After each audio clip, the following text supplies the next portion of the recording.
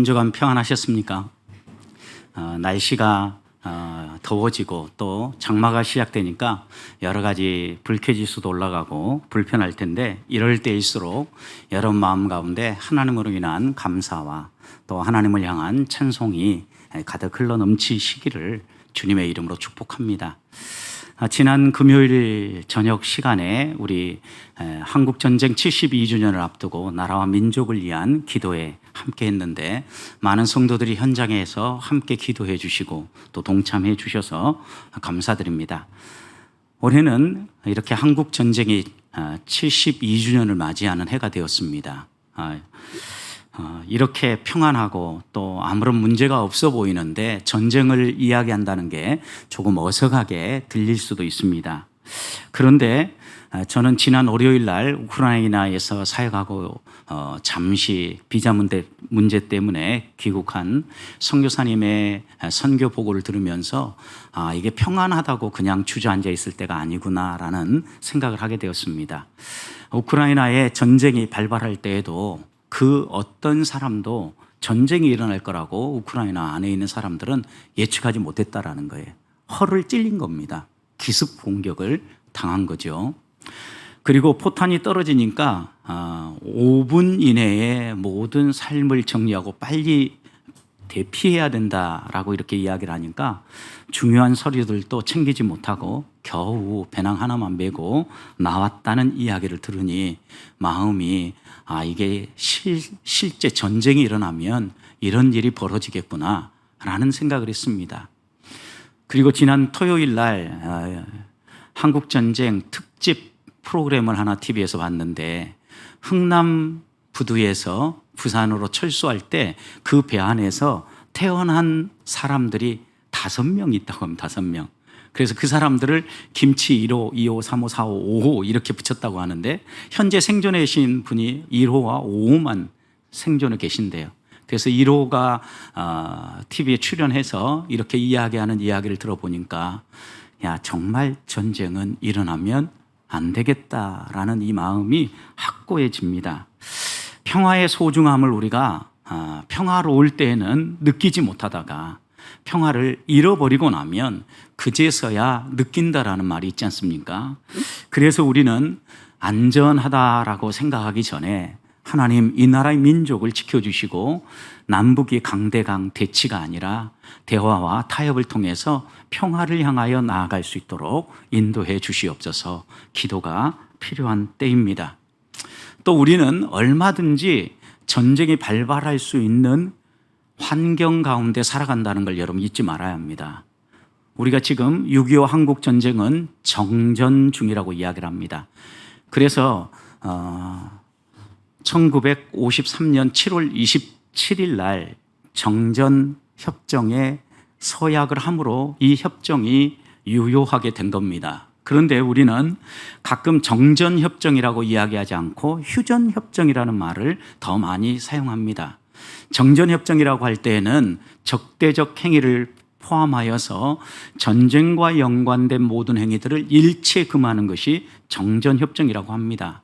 그런데 이런 정전협정이 지켜지지 않고 자꾸 국지적인 다툼 그리고 국지적인 싸움이 일어나고 있기 때문에 휴전이라는 말을 더 쓴다라는 거예요. 실제로 정전협정을 맺고 한 10년 정도 지났을 때 1666년, 67년이죠. 한 10년 정도 지났을 때 남북 간에 벌어지고 있는 여러 가지 이런 정전협정 위반 사항을 조사해 보니까 약 200여 건이 넘었다고 합니다. 이렇게 많은 위반 사항이 있기 때문에 정전협정이 돼야 됨에도 불구하고 많은 경우 적대적 행위가 국지적인 부분에서 일어나는 휴전협정이라는 표현을 더 많이 사용하고 있다는 겁니다. 이 얘기는 아무리 우리가 약속을 해도 그 약속을 지키는 것이 쉽지 않다라는 겁니다. 이해관계가 물려있고 무언가 내가 이것을 해야 되겠다라고 판단하면 쉽게 약속을 깨는 존재가 인간이기 때문입니다. 여러분, 옛날 이야기가 아니라 오늘 우리의 이야기도 한번 생각해 보십시오. 지금 국회가 시작이 되어졌는데, 회기가 시작되어졌는데 모이지를 못하고 있습니다. 이유는 원내 구성이 되지 않았기 때문입니다. 국회의장부터 시작해서 여러 상임위의 의장들을 누가 선점할 것인가의 문제로 양당이 양보하지 않고 서로 싸우고 있기 때문입니다. 그런데 여러분 어떻게 싸우는지 아십니까? 서로 약속을 지키지 않았다라고 싸웁니다. 이러면 이렇게 하기로 했는데 우리는 다 지켰는데 상대가 그 약속을 지키지 않고 있다고 싸우고 있는 거죠. 시시비비를 가리기 전에 이만큼 사람들은 자신이 말한 것들에 대해서도 약속을 잘 지키지 못한다는 이런 모습을 보게 되는 겁니다. 실제 우리의 생활하고 밀접하게 연관되는 일들도 있죠. 여러분 오늘 오전에 오시면서 차량 운전해서 교회 오신 분들, 여러분들이 약속을 지키며 이곳에 왔다면 안전하고 평안하게 오신 겁니다. 그런데 약속을 지키지 않으면 어떤 일이 벌어집니까? 불안해서요. 운전하기가 어려워요. 언제 상대방이 와서 나에게 추돌을 할지 이런 모든 것까지를 생각해야 되기 때문에 불안하기 그지없는데 교통법규를 잘 지키고 도로교통 수칙을 정확하게 지킨다라는 이런 약속을 지킬 거라는 믿음이 있으면 편안한 마음으로 운전하며 다닐 수 있는 거죠.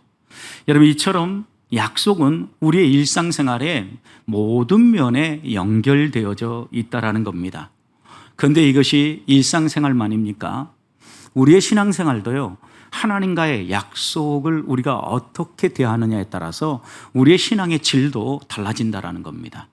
우리는 하나님의 백성을 가리켜서 언약 백성, 약속의 백성이라고 이야기를 합니다. 어떤 언약의 백성입니까? 하나님의 말씀을 따라 살아갈 때 하나님과 우리 사이에 맺은 이 언약을 잘 지키며 살아갈 때 행복하고 풍성한 삶을 하나님이 우리에게 약속하셨기 때문에 우리를 언약 백성이라고 말씀하는 거죠. 하나님의 언약의 핵심이 어디에 담겨져 있습니까? 십계명에 들어있고 그 십계명의 요약은 하나님 사랑과 이웃 사랑이죠.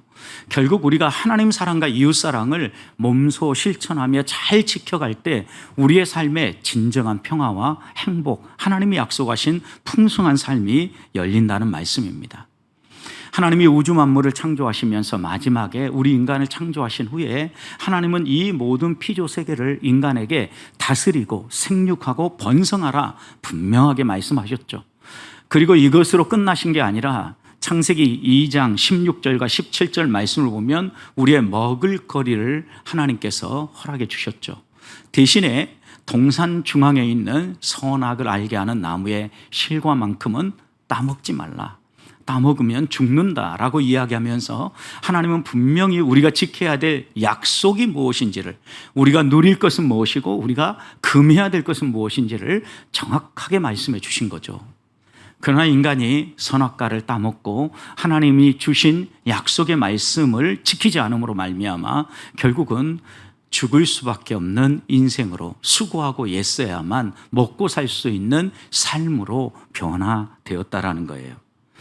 그래서 우리들이 이 땅을 살아갈 때 하나님이 우리에게 주시는 약속을, 하나님과 우리 사이에 맺어진 이 언약을 잘 지키며 산다라는 것은 신앙생활을 좌우하는 매우 중요한 요소입니다. 그래서 생각해 보십시오. 지금 모압 평지에서 가나안에 들어가기 위해서 대기하고 있는 출애굽 2세대에게 모세가 지금 반복적으로 강조하고 그들에게 꼭 이것만큼은 기억하라고 이야기하는 게 무엇입니까? 하나님 앞에서 먼저 예배를 바로 지키라는 거죠. 예배. 해야 될 것과 하지 말아야 될 것 기억하고 하나님을 예배하는 날 꼭 예배하라는 거예요. 그리고 나서 두 번째 오늘 이 말씀을 주시는 건데 약속을 잘 지키라는 거예요. 우리가 이 땅을 살아가는 동안 일상생활 가운데서도 약속을 잘 지키는 것이 우리의 행복과 연관이 있다면 하나님과 우리 사이에 맺어진 이 언약도 잘 지킬 때 행복하고 풍성한 삶이 열린다라는 것은 이의가 없습니다. 그렇다면 우리가 이렇게 물어봐야 합니다. 어떻게 사는 것이 하나님과 맺어진 언약을 잘 지키며 사는 삶입니까? 오늘 말씀은 몇 가지 그것에 대한 지혜를 주시는데 첫 번째는 서원이나 서약, 맹세는 반드시 지켜야 된다라는 것을 마음에 품으라는 거예요. 2절 말씀 보십시오.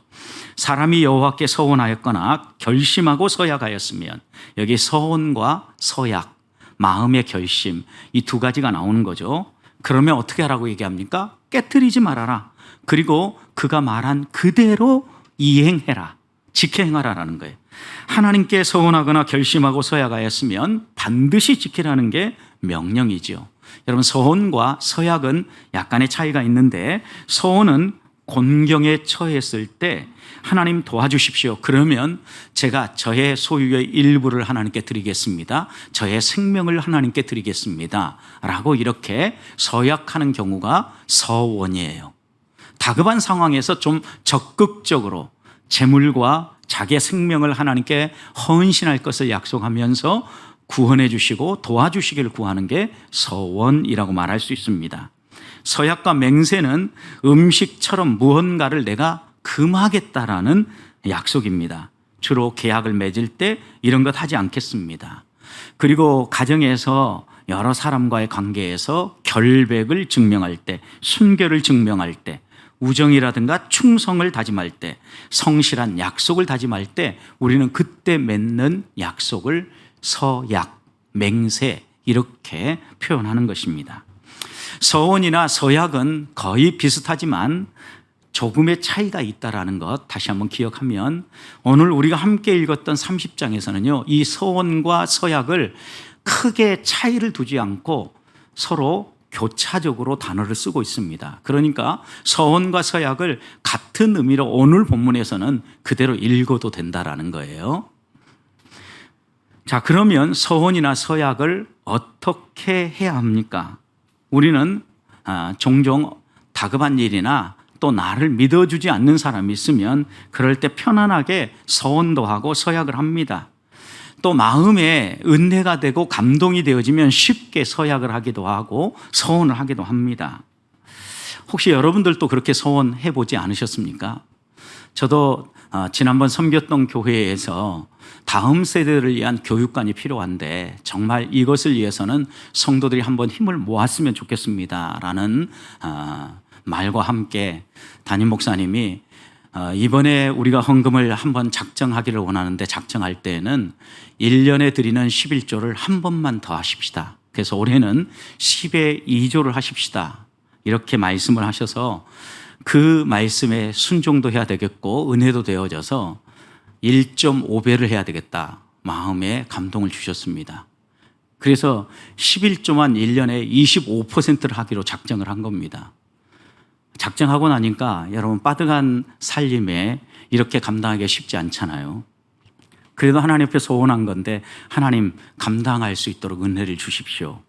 처음에는 내가 얼떨결에 소원했나 이런 생각이 들었는데, 한 해를 마무리할 때 돌아보니까 소원한 것을 다 갚을 수 있도록 하나님이 채워주신 걸 보면서 소원이 또 다른 면에서 부담이 되기도 했지만 하나님이 주신 은혜를 따라서 작정하고 행하니까 그것을 이룰 수 있도록 복도 주시는구나 라는 이런 감사가 마음속에 있었던 기억이 있습니다.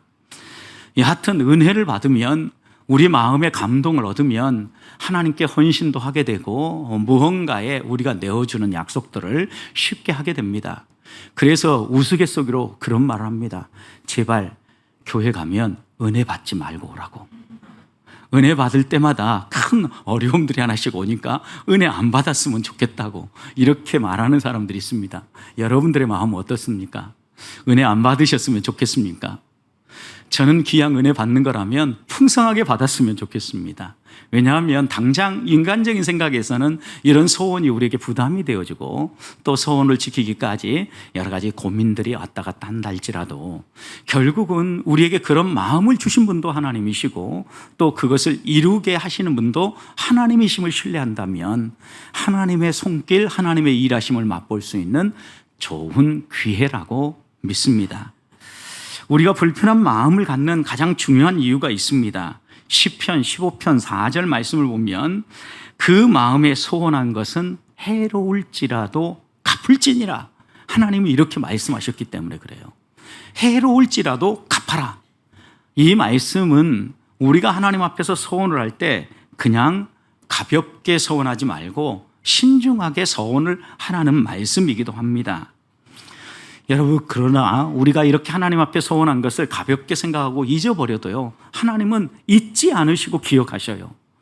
창세기 28장에 보면 야곱이 아버지에게 형에게 하려고 한 축복을 빼앗아서 집안에 갈등이 생기죠. 형이 동생을 죽이고자 할 때 야곱은 외삼촌의 집으로 피신을 하죠. 피신하는 길에 창세기 28장에 보면 베델이라는 곳에 이르렀을 때 그곳에서 잠을 자지요. 환상을 보지요. 그리고 난 다음에 일어나서 그는 하나님께 이렇게 고백합니다. 이곳이 정말 하나님이 계신 하나님의 집이다. 베트, 집, 엘, 하나님. 엘로힘이 하나님이거든요. 벳엘, 하나님의 집입니다. 이렇게 고백한 곳 베델이에요. 그리고 이렇게 얘기했죠. 내가 베개 베고 난 잠을 잔 이 돌에 서원을 하면서 하나님께 얘기했는데, 내가 평안하게 다시 내 고향으로 돌아오게 하면 이 기둥이 하나님을 예배하는 예배의 전이 될 것이다 라고 서원하지 않습니까? 그리고 또 한 가지 소원은 무엇이었습니까? 10의 1을 하나님께 드리겠습니다. 이 두 가지를 소원하거든요.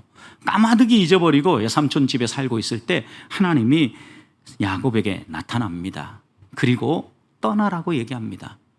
하나님이 그에게 소원을 생각나게 하신 방법이 무엇이었습니까?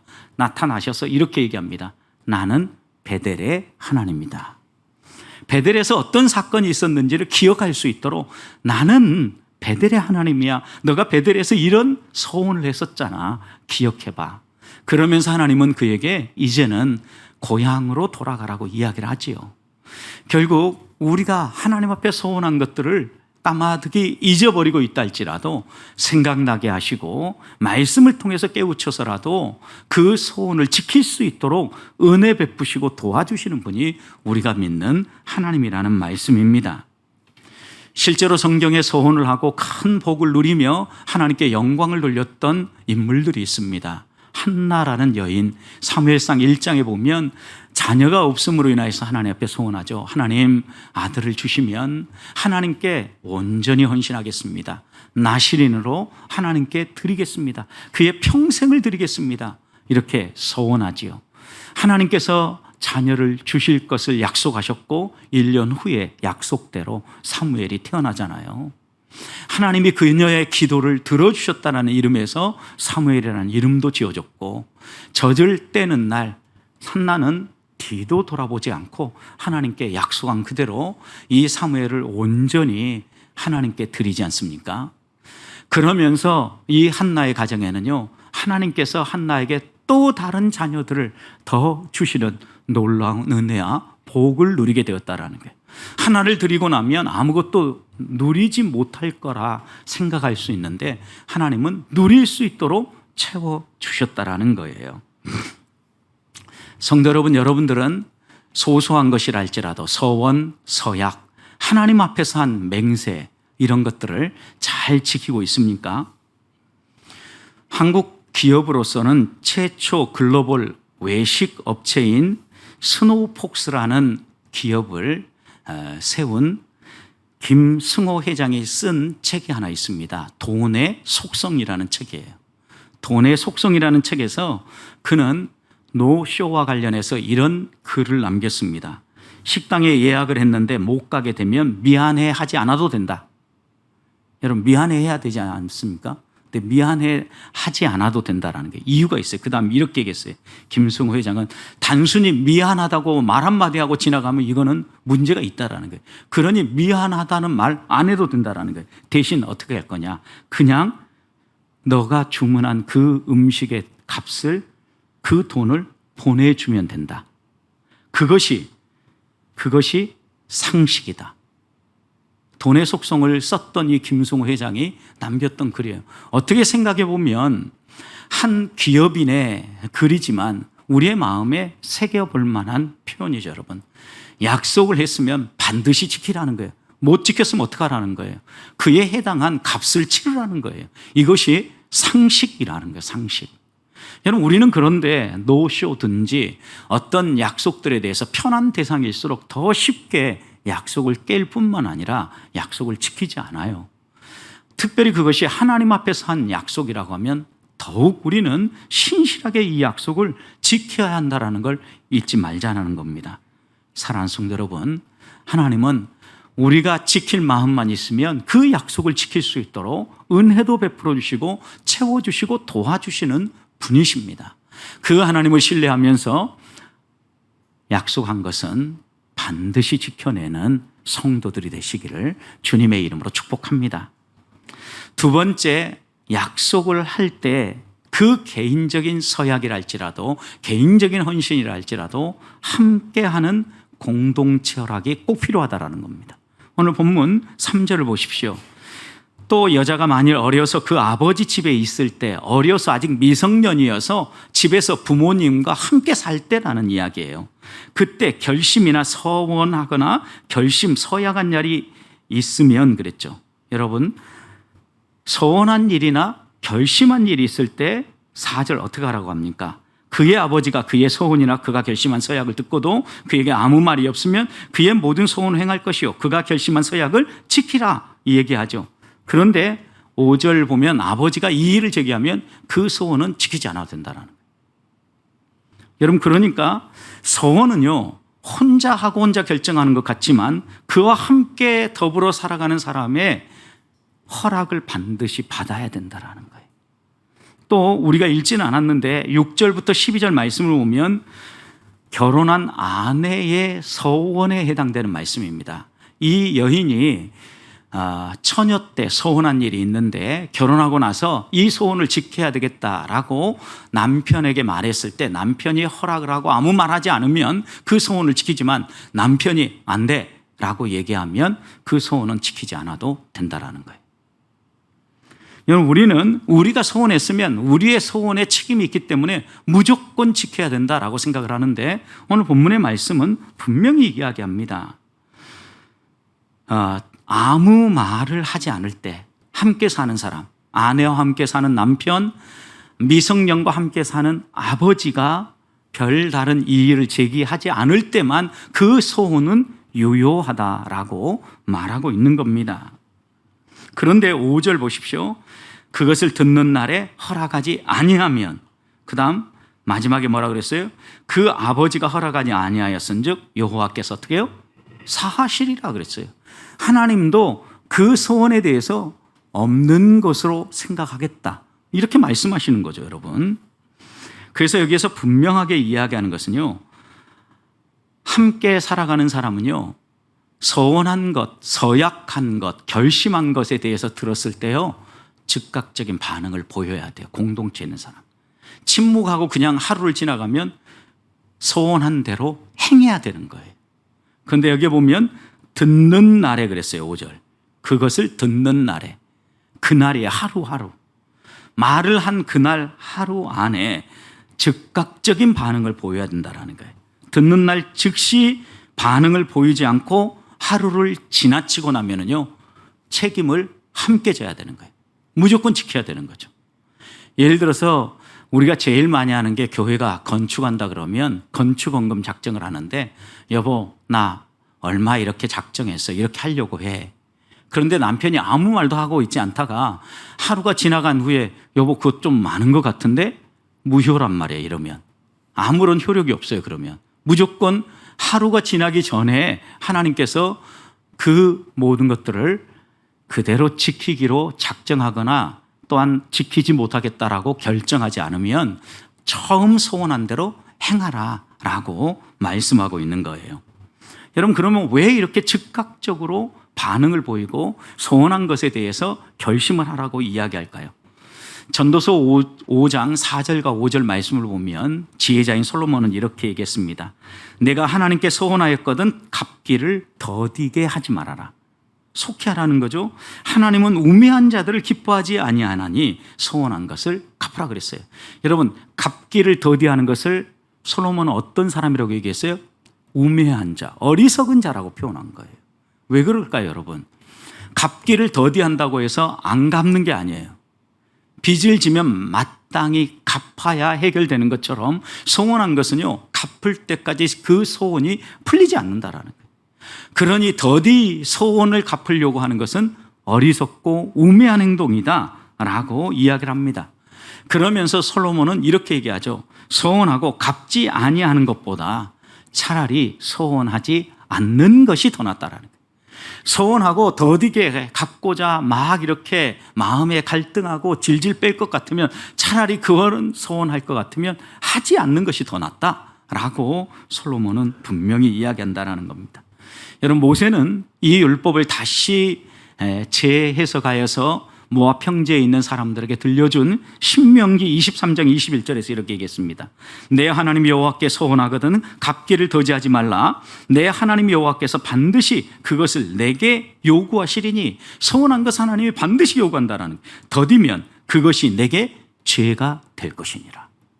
여러분, 모세는 이 말씀을요 우매한 정도가 아니라 갚기를 더디하는 것 자체, 그 행위 자체가 죄다, 이렇게 분명히 짚고 있다라는 거예요. 우리는 가끔 좀 더딜지라도 갚기만 하면 되지, 이렇게 생각할 때가 있습니다. 여러분, 그런데 어떻습니까? 실제로 우리가 더디게 갚고자 이렇게 마음먹으면요 잊어버려요. 그래서 조금만 하나님께서 은혜를 베풀어 주셔도요 제일 먼저 해야 될 것은 하나님께 소원하는 것을 갚는 것이었어요. 그래서 제가 전에 교회에서 작정한 것, 정말 적지 않은 비용이었는데 다 소원한 걸 갚을 수 있었던 것은요, 그 해에 따라서 하나님이 특별히 강의할 것도 많이 허락하시고 또 설교할 것도 많이 허락하셔서 평소보다도 하나님이 저의 필요를 더 많이 채워주셨어요. 필요를 채워줄 때 제일 먼저 소원한 것부터 갚아야 되겠다, 이 마음이 먼저 들더라고요. 결국 그러니 갚고 남게 해주시는 은혜를 경험할 수 있었던 겁니다. 더디 갚고자 하면은요 우리 안에 분명히 욕심이 생겨납니다. 그리고 이것이 탐심이 되어서 죄를 짓게 만들고 하나님 앞에 약속한 것도 지키지 못하도록 우리를 이끌어 간다는 겁니다. 사랑하는 성도 여러분, 하나님의 은혜를 베풀어 주셔서 우리들의 마음에 결심하고 약속하고 또 서원한 것이 있다고 하면 주저하지 않고 또 뒤로 빼지 않고 하나님이 베푸신 은혜를 기대하면서 신속하게 빨리 갚는 하나님의 사람들이 될 수 있기를, 그리고 그렇게 실천함으로 하나님의 손길을 경험하는 성도들이 되시기를 주님의 이름으로 축복합니다. 서원은요 이렇게 꼭 지켜야 되지만 무효가 되는 경우도 있었습니다. 여러분, 갑자기 끝에 오니까 은혜가 되죠. 야, 무효도 되는구나, 이런 생각을 하니까 5절 말씀을 보십시오.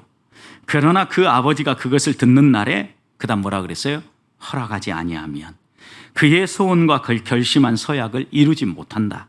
그의 아버지가 허락하지 아니하였은즉 여호와께서 사하시리라.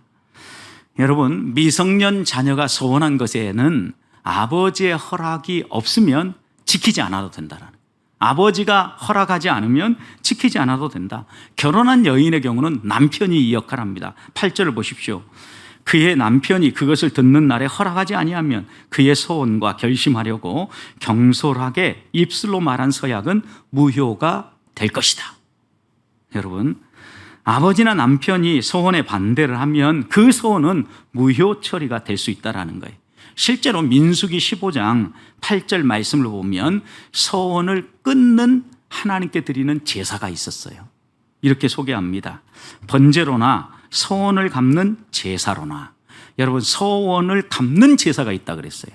이게 뭐예요? 그러니까 소원을 끊어내는 제사라는 거죠. 하나님 앞에서요 우리가 소원을 했다 할지라도 이 소원을 부모님이라든가 또 남편이 허락하지 않아서 파기를 하면 하나님께서 이 소원을 갚는 제사를 드리라고 이야기를 한 거예요. 여러분, 이렇게 소원하는 제사를 드리면 하나님께서 5절과 8절 끝에 약속하신 것처럼 여호와께서 사하시리라. 그것을 지키지 않으므로 죄가 되지 않도록 하나님이 용서하시겠다라는 거예요. 여러분, 그래서 하나님도 너가 한 소원에 대한 권리를 이제 더 이상 주장하지 않고 소원에서 해제시켜 주시겠다라는 말씀이죠. 소원이 적절하지 않거나 함께 살아가는 아버지, 남편에게 인정받지 못하면 하나님께서 더 이상 소원을 요구하지 않고 그 소원을 깨끗이 없이 해 주시겠다라는 거예요. 이 무효 처리해 주시는 말씀을 통해서 우리가 하나 생각해야 될 것이 있습니다. 하나님 앞에 소원할 때는 신중하게 하라는 거예요. 신중하라는 말씀의 의미가 무엇입니까? 자신만이 아니라 가족이 불편하지 않도록 서원하라는 거예요. 또 그 서원이 이웃이라든가 함께하는 공동체에 미칠 영향력을 생각하면서 서원하라는 거예요.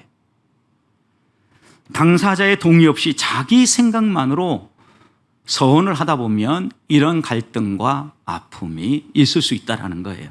그래서 분명하게 8절에서도 우리에게 서원에 대해서 이야기를 할 때 경솔하게 입술로 말한 서약이라고 표현하므로 우리가 경솔하게, 신중하지 못하고 경솔하게 서약을 하지 않도록 경계하고 계시는 거죠.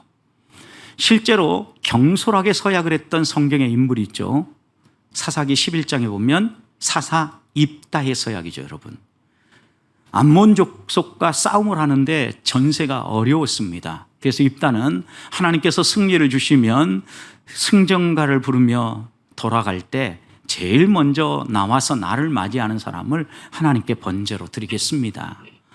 이렇게 약속을 했는데 실제 돌아와 보니까 누가 제일 먼저 환영합니까? 그의 딸이 소고를 치며 환영을 합니다. 그런데 그 딸이 무남 동료입니다, 여러분. 서원을 경솔하게 섣부르게 자기와 연관되는 일이 아니라고 다른 사람을 언급하면서 이렇게 함부로 하다 보면 이런 아픈 씻지 못할 가오를 우리가 행하기도 한다라는 겁니다. 또 서원을 악용해서도 안 됩니다. 정반대로 마가복음 7장에 보면은 부모에게 마땅히 해야 될 효와 또한 섬김의 도리를 하지 않고 서원을 이용하는 악한 무리들에게 주님이 분명히 얘기했죠. 마가복음 7장에 보면 그들이 어떻게 이 서원을 이용합니까? 고르반이라는 서원 제도를 이용하는 거죠. 고르반은 우리가 가진 어떤 물질이 하나님께 드림이 되었다라는 의미예요. 그러니까 자신이 가진 모든 재산을요, 고르반 이렇게 선언하고 내가 가지고 있는 모든 것은 다 하나님께 드렸기 때문에 엄마, 아빠 섬길 게 없어요. 저 아무것도 할 수 없어요. 이렇게 이야기하는 경우를 이야기하는 거예요. 이것은 고르반이라는 서원 제도를요, 악용한 사례예요. 하나님은요, 우리가 이런 하나님께 섬김을 위하여서 선택해야 될 신앙의 도구들을요, 자신의 욕심을 채우고 자신의 필요를 채우기 위한 도구로 악용하지 말라고 분명하게 교훈하고 있는 겁니다. 하나님께 아무리 드린다고 해도 인간됨의 도리, 자녀로서 부모를 섬기는 일은 마땅히 해야 될 일이라는 말씀입니다. 사랑하는 성도 여러분, 분명히 오늘 서원에 대해서 하나님께서 우리에게 교훈하는 바가 선명하지요. 서원한 것은 반드시 지키라는 겁니다. 지키되 공동체와 함께한 사람들의 허락, 그러니까 그 사람들에게 피해를 입힐 만한 결정을 하지 말고 신중하게 결정하고 행동하라는 말씀입니다. 하나님 앞에서 내가 은혜 받을 때마다 어떻게 그 은혜에 반응하고 이 땅에서 어떻게 살아야 될지 다시 한번 하나님께서 오늘 주신 말씀을 마음에 품고 하나님의 자녀답게 승리하는, 또 하나님의 자녀답게 신실하게 살아가는 우리 보배의 성도들이 되시기를 주님의 이름으로 축복합니다.